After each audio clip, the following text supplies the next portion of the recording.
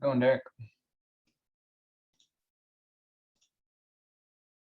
Oh, Leah, good to see you. Can you guys hear me okay?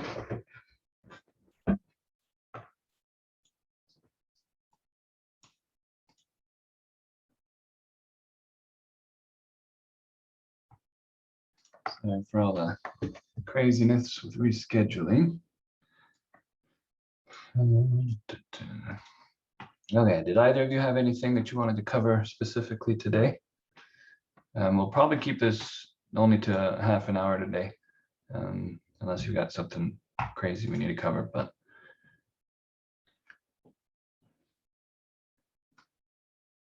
what I plan on covering today is talking about properties of an object and kind of what happens when you combine things together, outlines, that sort of stuff. So if you have any questions or if you have anything you want to cover, just let me know. But I wanted to go over a couple things that were in an email. Excuse me. I still cough again, so I apologize for that.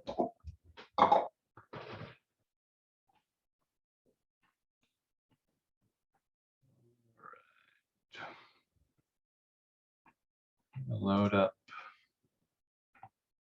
Really quick, I'm just going to load up an email on my end to go over what he was asking about.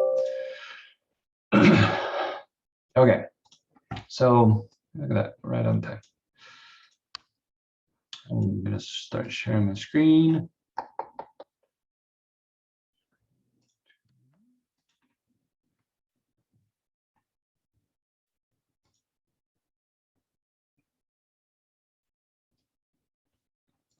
When we talk about objects are pretty much anything really inside CorelDRAW. So we've got squares, parallelograms, polygons, whatever these things are called. That's not a parallelogram because it's not parallel, sorry. Polygons, circles, text. We've got special things like dimensions,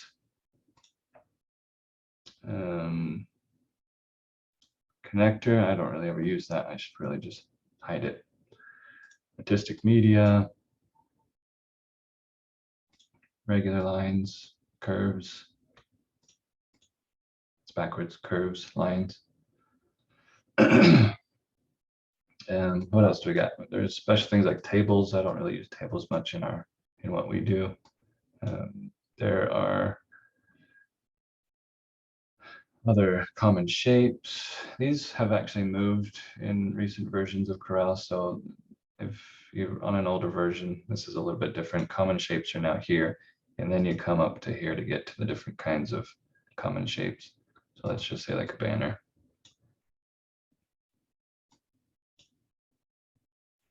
Stars, spirals. So all of these different things are considered objects. Okay. Most of the time when it comes to monuments, we're dealing with a couple different objects. We're dealing with rectangles quite a bit, sometimes circles or ovals, ellipses. We deal a lot with lines, with curves. I deal a lot with artistic media, with the way that I draw. We deal a lot with text. Occasionally you're going to deal with dimension lines.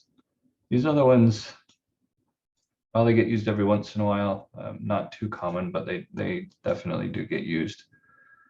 If you're drawing a flag or something, you can draw a flag pretty quick if you were to take a banner like this and start throwing stars on there, right?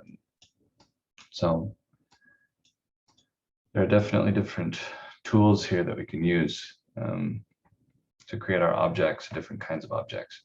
But what I wanted to talk a little bit about today was how objects have properties. So if we look at this rectangle, for instance, this rectangle can have an outline.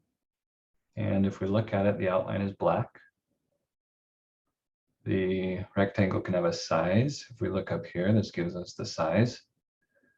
It can have a scale, meaning the scale factor is, however big we started with. So if I start from scratch, that's 100% scaled from what I started with. If I drag it, now it's going to be 481.5% larger than it was originally.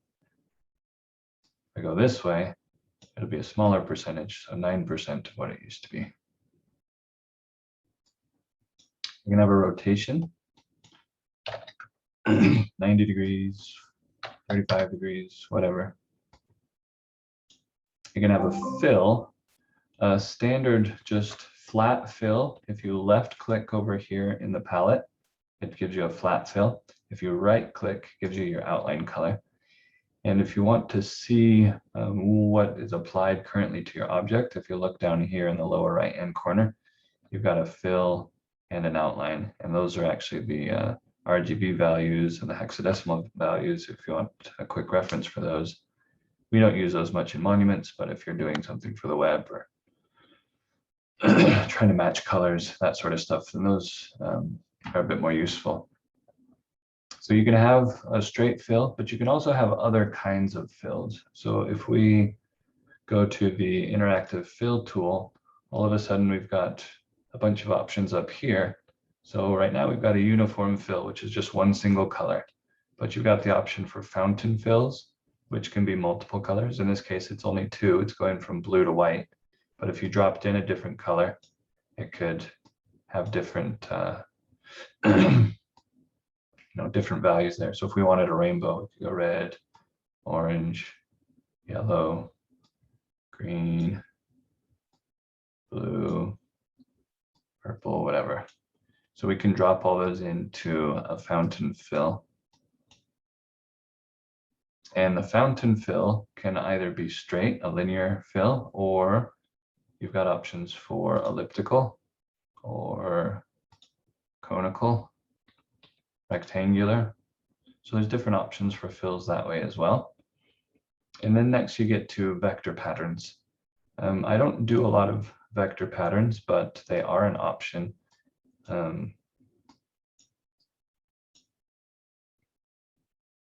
To change that fill, you would go here and then you can see how you can change it to different things. So for instance, this looks like chain link for a fence, right? And the nice thing about vector fills is that they're going to be small because they're vectors and they scale. So if I made this bigger, it's going to make it, fit however large that object is. So you've got the fills, vector fills, then bitmap fills is the next category. And these are what we use primarily for our granite fills. What we're doing is we're applying a bitmap fill to an object. The next is a two-color pattern. Just it doesn't have to be black and white, but it can be red, purple, whatever. So you can change those colors easily with this, just changing the color of your pattern. And it's easy to do that, to make those edits. The next one over is a texture fill. I use textures every once in a while, not very often. I used to use it for bronze before I created a bronze fill because they had a texture fill similar to this. And so I would usually, kind of make it look like this and then change my colors.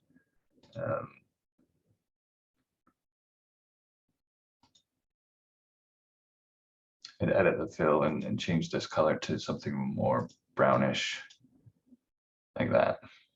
And that's what I used as my background for bronze. But now that I've got bitmap fills, I don't do that anymore.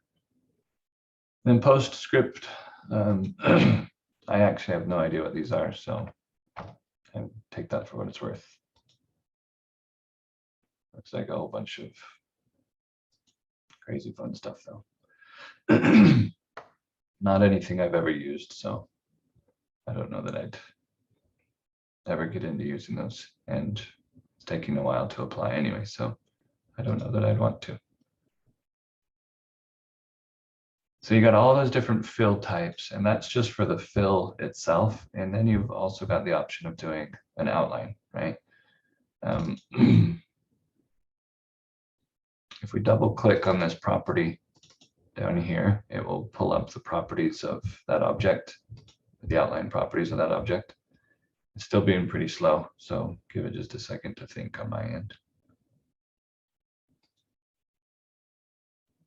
All right, here we go.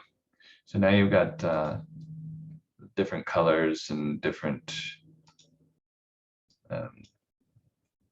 things that you can do for that outline there. I'm just going to click cancel those so that we can get out of this one.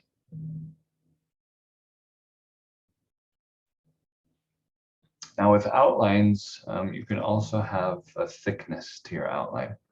So right now our width is hairline, which is pretty much the thinnest you can be without not having an outline. And then it goes to different values. Points is default. If you don't want points, you can switch it over to inches, and then it'll give you inch values, which these still aren't too usable for what we do, just because they're conversions of those point values.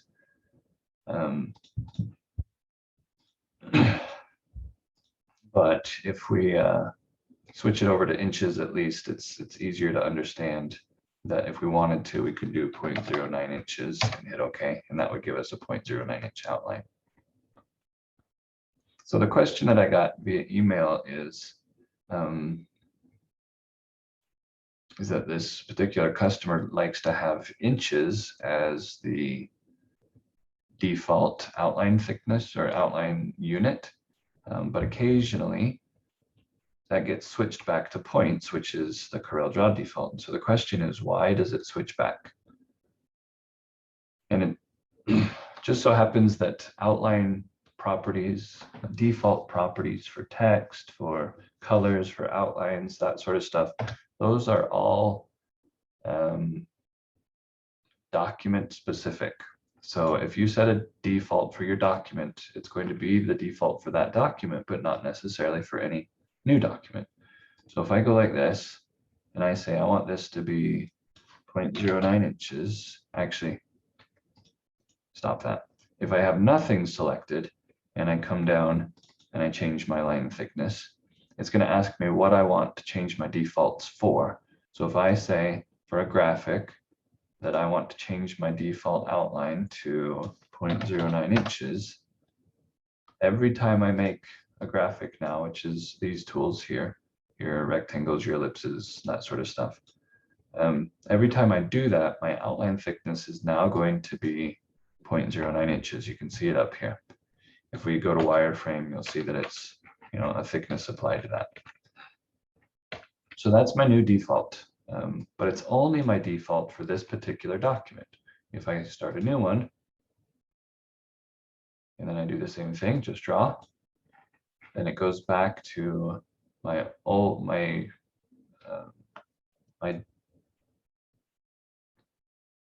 document default for a new document, which is hairline. And I don't know if it's points or inches. It's back to points, because I don't usually care too much whether it's inches or points myself. So I just haven't changed that default to inches on my workspace. So now it's back to points. So what I would do if I wanted to change it out is I would just do 0.09 and then IN for inches, and it would switch it over to the point value for me. All I really care about is that it's the right thickness up here. I don't really care. But if I did want to change it, then that's when I'd come down here, double click on this and change this to inches instead. And now it's going to switch it over. So if I want that to be my new default,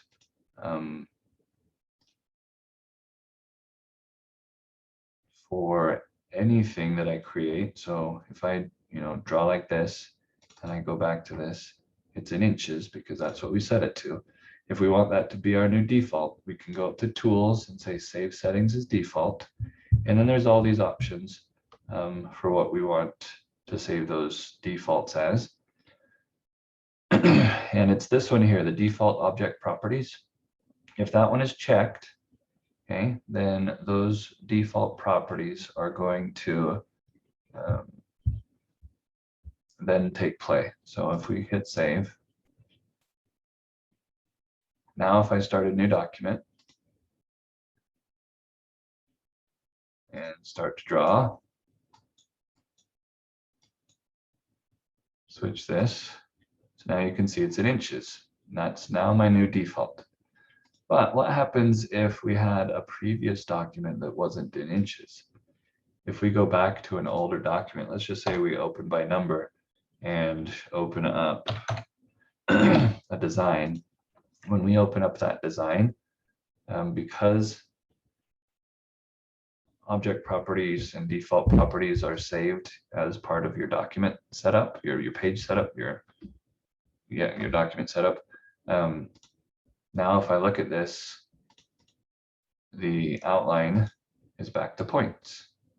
Okay, and there are other things like nudge settings that are specific to your document. There are other things like text. If we go back to text, your default text is document specific. So if you open up older documents that you had different defaults for, that's the way they're going to come in. So more than likely, if you've got settings set up like text or outlines or colors or whatever, and you have it the way that you want it, but then you go to another document and it's different, the likely case for that is that when you created that document, it had different defaults. Unfortunately, there isn't a way to have a global default that overrides document defaults. I wish there were. That would be really nice, I think.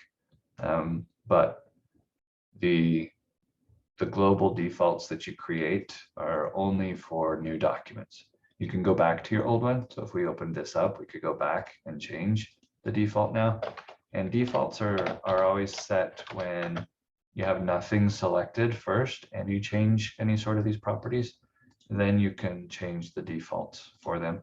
And that's one way of doing it. The other way is to go into the styles Docker and change it there, because that's where they're kept, is under styles. So if we go to Window, Docker's object styles, then the default object properties are all listed here for those same things. So artistic text, what do we want our default text to be? How do we want it to, we want it to be centered. I usually want it to be centered. So if I set it that way, setting it that way is going to be the default again for just this document. Up here, there's a button to set as a new document default. And this one is to revert to the document default. So this button here will make it so that if I click on that now, anytime I start a new document, that's going to be my default, which it was already set that way anyway. So I'm really just resetting it, but that's only going to work for new documents, okay? And so the another property that a document can have, or not a document, an object can have, is that it can have what's called a lens applied to it. The most common lens that I use is a transparency lens. So if I, for instance, wanted to fill this in, but I wanted the brushes there to be, the tip of the brushes to be a little bit darker, not frosted, not polished, halfway in between. People call that honed or blued. They've got different names depending on the process that you use. A lot of times we just airbrushed it ourselves, so we would actually use some paint on there. There's different ways of going about it, but if we were to take these two pieces and apply an object to, or a property, so we're making them black. If we take those black objects and apply a transparency to it, pretty awesome. And then what happens is it's going to show through to what's underneath it. And again, the transparency itself can have those different options that a fill can. So if we do a uniform transparency, now we can show through to what's underneath it.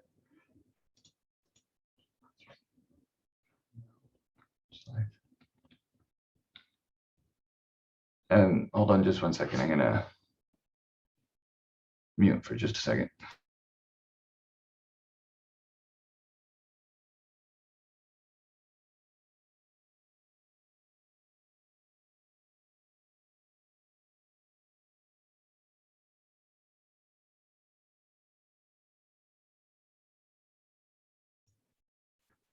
Okay, sorry about that.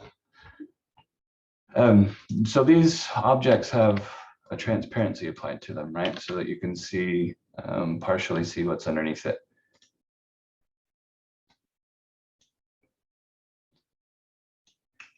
So what happens is if you have multiple objects and you combine those objects together, objects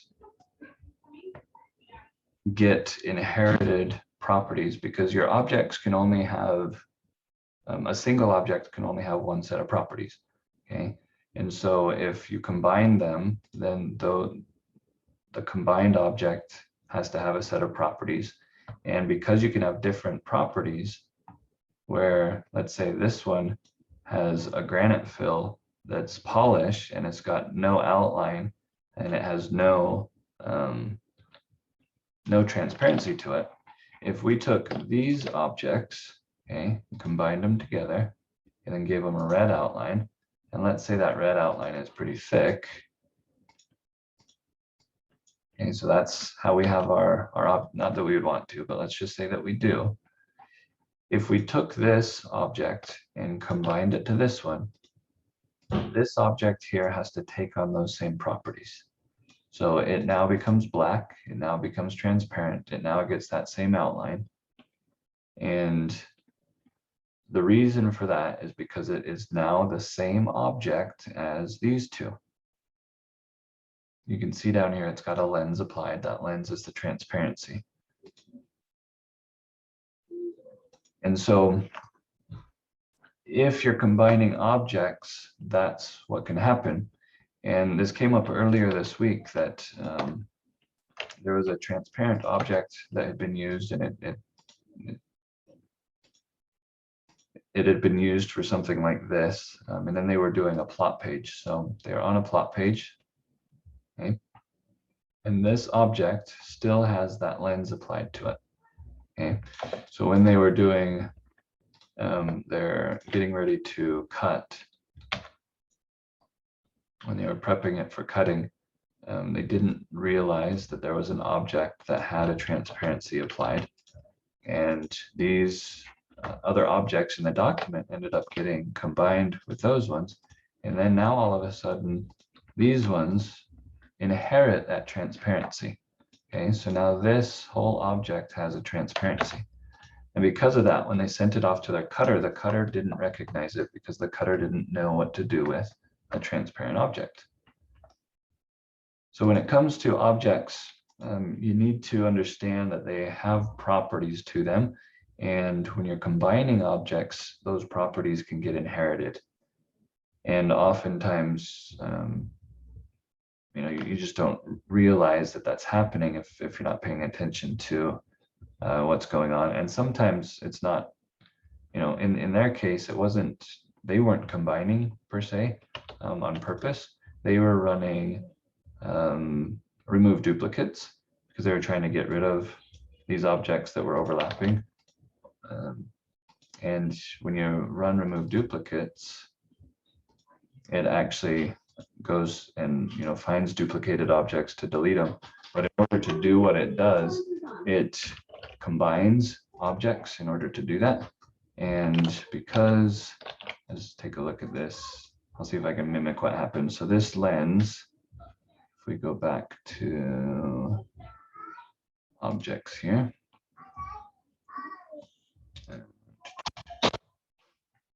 That's not the one.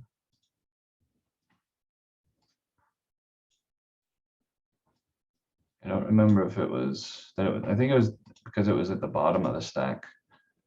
I don't know. Let's try. We'll grab everything and remove duplicates. There we go. So because that was at the bottom of the stack, it combined to the very bottom object in the stacking order, and then all of those other objects inherited the properties of that object. So without really knowing what was going on, everything that they now had became transparent, and so it wasn't cutting on the cutter. And so that's why I wanted to talk about object properties, is because you can do so many things with your objects. You have to understand that they've got different properties to them.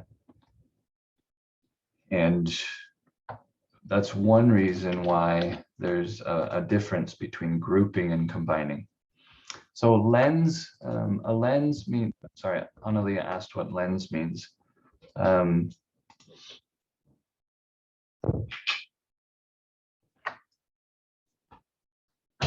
I mean, so in English, a lens is like, what you're looking through, like the lens of a camera, what you're looking through, or a magnifying glass lens. It's kind of the way you're looking at an object. And so what they do is they call different effects lenses. And if you look down here, there's something called add effect. So if I take and add an effect, and let's say I'm going to add, I'm trying to think of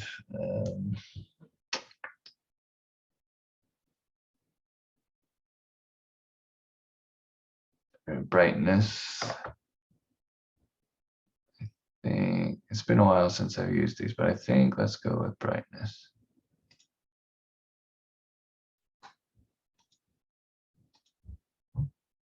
Okay, so I'm changing the brightness and the contrast of that object.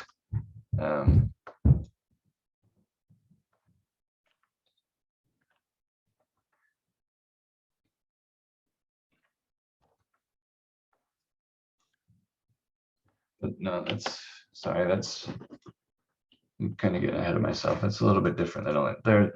If I have an object like this, okay, I can do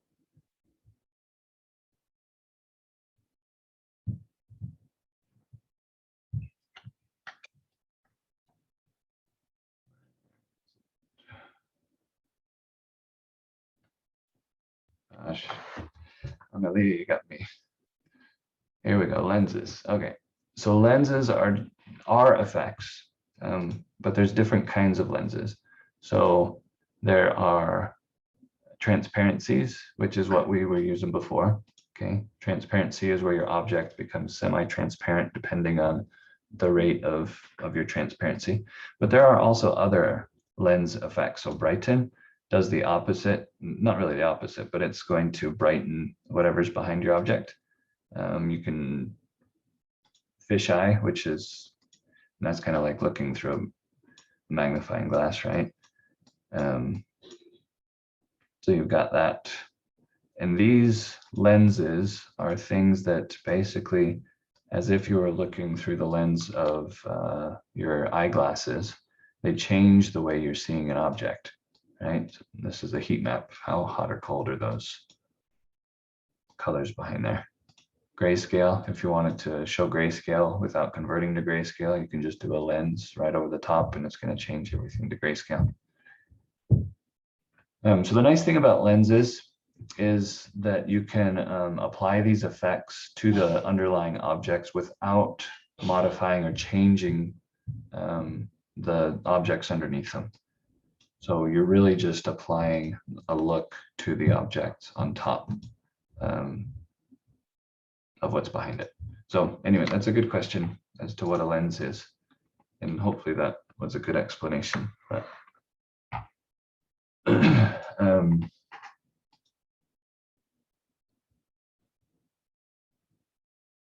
so you can also see that the properties of this object, because it is a lens, affect the look of the object that's underneath it, right? And so that matters too. And that's really what I wanted to talk about today, was how objects have properties to them. Text objects, they have properties. They've got a font, they've got a size, they've got spacing.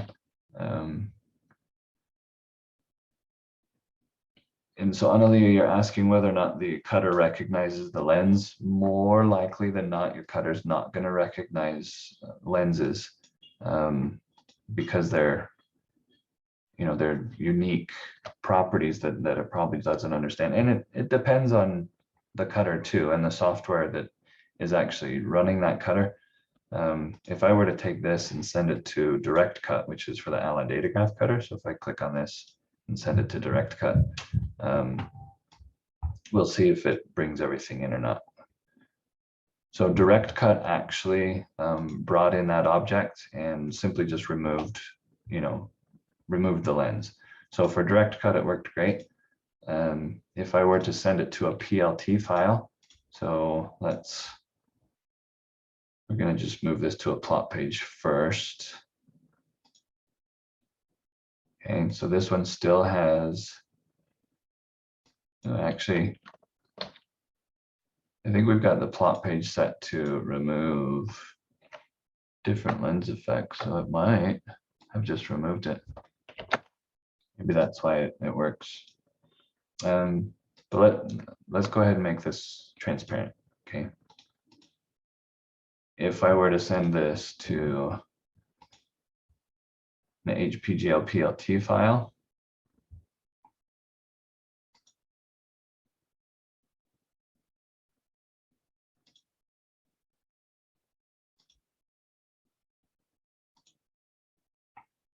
then I'm going to go and open up that file. Let's see where it went.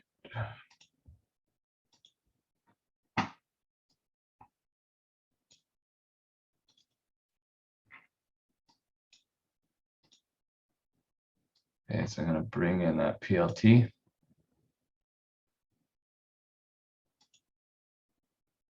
You see that object disappeared. So the PLT file export option, which is used for like the advanced plotting devices flatbed cutter, it's not recognizing that object, and so it just simply deleted it from the PLT. And so that's where they run in. That's where they ran into the issue, is that some of their stuff had disappeared. So again, it depends on your file format, your file type, what it can handle, that sort of stuff, whether or not it's going to work. But any questions on any of that stuff? Hopefully it all makes sense and is understandable. Again, I apologize for the crazy timing for today, but we will see you again next Friday, the 17th.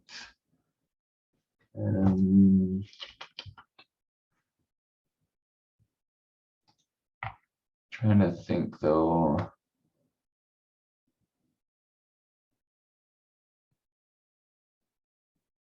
Is 8:30 my time? Does that be 10:30 Eastern? Is 10:30 Eastern too early, or would that work out for both of you? I know we were doing 9 o'clock before.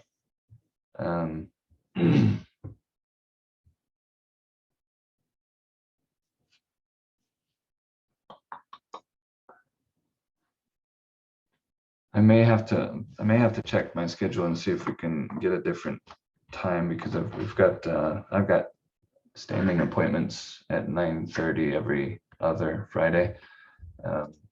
So I'll get back with you guys on what's going to work next time.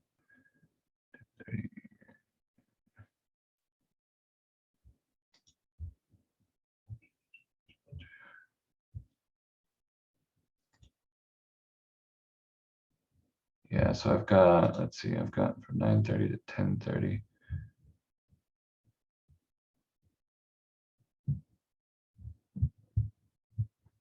Analia, what about 12:30 Eastern? Does that work for you? And is that what we did today? Yeah, that is what we did today. So does this time work out, 12:30 Eastern? Maybe we'll just have to switch it to that. Yeah, 12:30, okay? Okay, sorry about all that craziness. But we'll start now on Fridays then at 12:30 Eastern. That's 11:30 Central.